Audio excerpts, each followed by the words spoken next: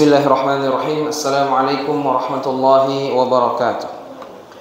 Innal hamdalillah nahmaduhu wa nasta'inuhu wa nastaghfiruh wa na'udzu billahi min shururi anfusina wa min sayyiati a'malina may yahdihillahu fala mudilla lahu wa may yudlilhu fala hadiya lahu. Asyhadu an la ilaha illallah wahdahu la syarika lahu wa asyhadu anna Muhammadan 'abduhu wa rasuluhu la nabiyya wa la rasula ba'da, amma ba'd. Jamaah salat zuhur yang dimuliakan Allah Subhanahu wa taala, alhamdulillah pada siang ini kembali kita bersyukur kepada Allah atas segala limpah nikmat yang Allah berikan kepada kita. Salawat dan salam semoga tercurah kepada Nabi Muhammad sallallahu alaihi wasallam. Kaum muslimin yang dimuliakan Allah Subhanahu wa taala, selalu kita mendoakan saudara-saudara kita yang mereka berada di Palestina hari ini, yang mereka dijajah, dibunuh, dibom oleh Zionis Israel laknatullah alaihim, orang-orang Yahudi.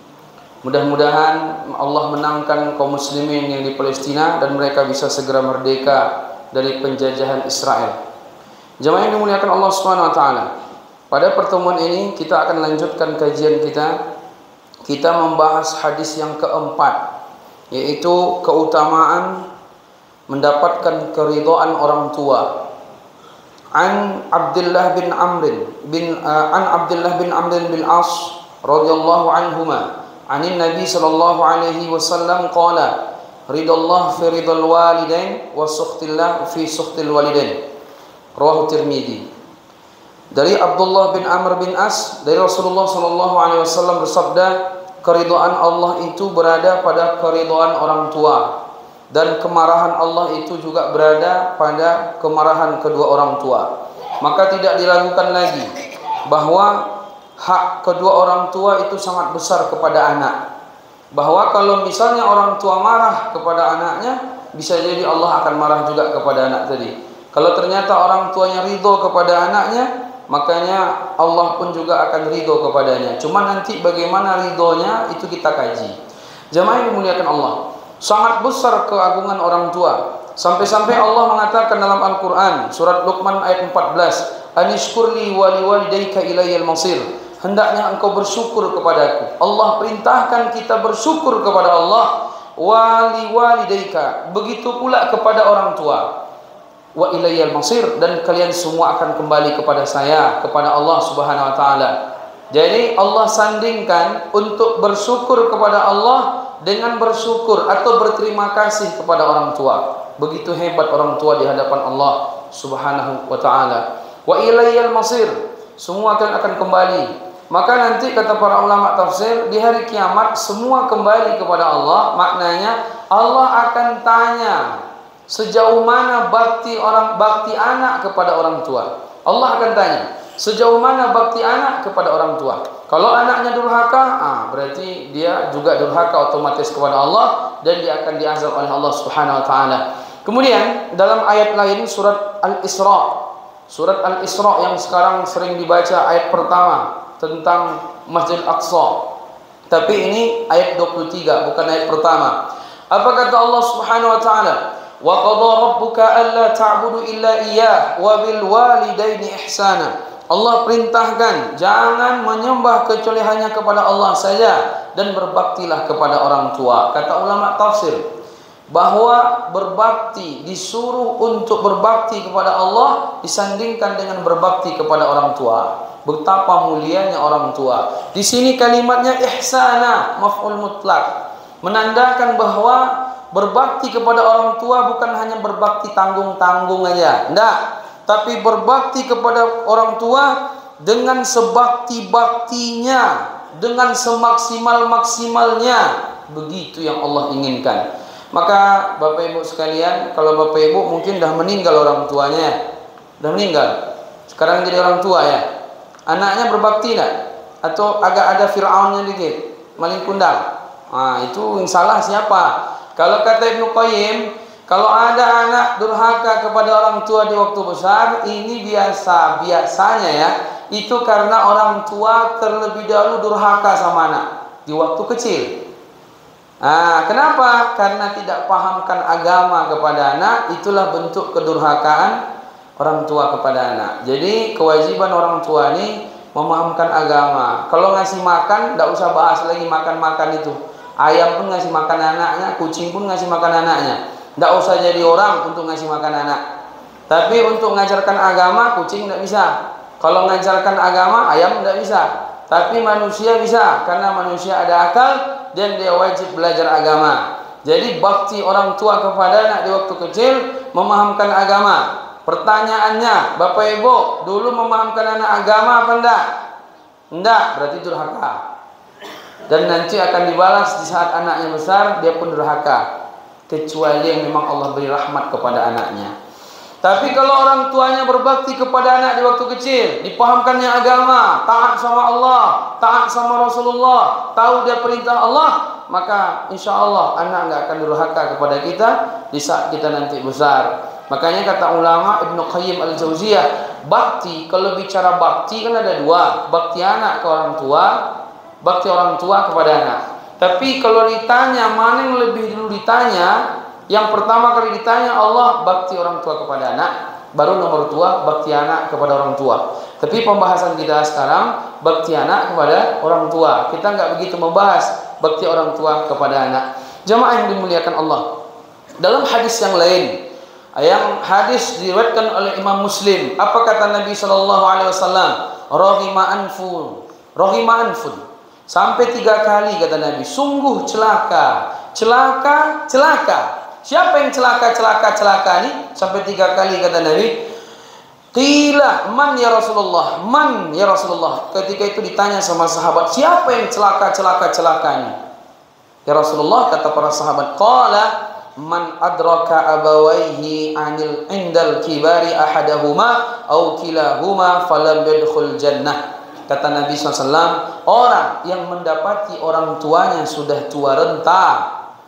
Seorang anak mendapati umur bapak ibunya 60, 70. Itu udah tua belum? Udah tua ya? Udah tua renta kan? 80, 70, 80, 60, 70. Penyakitan. Digendong sana, gendong sini. Buang air, tidak bisa lagi ke WC, digendong. Susah. Kadang dia cerewet, segala macam, banyak maunya, banyak mintanya. Apalagi yang bikin jengkel anak, apalagi banyak cerita, jengkel juga. Biasa itu, namanya dia nggak diajak bercerita, itu bercerita sendiri lagi. Dia nggak ada kerjaan lagi soalnya orang tuanya, udah lelah, udah capek. Masa didiamkan? Sementara anak pikiran dia mana yang beruntung diajaknya ngomong. Mana hasil ada untung diajaknya ngomong. Kalau nggak ada untung sama dia nggak diajaknya ngomong. Ini nggak bisa. Kalau sama orang bisa. Kita ngomong sama pelanggan, ayo bu ini biar apa? Dibelinya barang kita, biar kita dapat untung. Tapi kalau sama orang tua jangan berpikir itu. Orang tua memang dia udah lelah. Kalau dia mau dia jalan ke pasar, mau dia pergi ke sawah, fisiknya udah lemah, tinggallah di rumah. Lalu anak mengatakan, ibu nih ngomong aja, nggak diajak ngomong sendiri.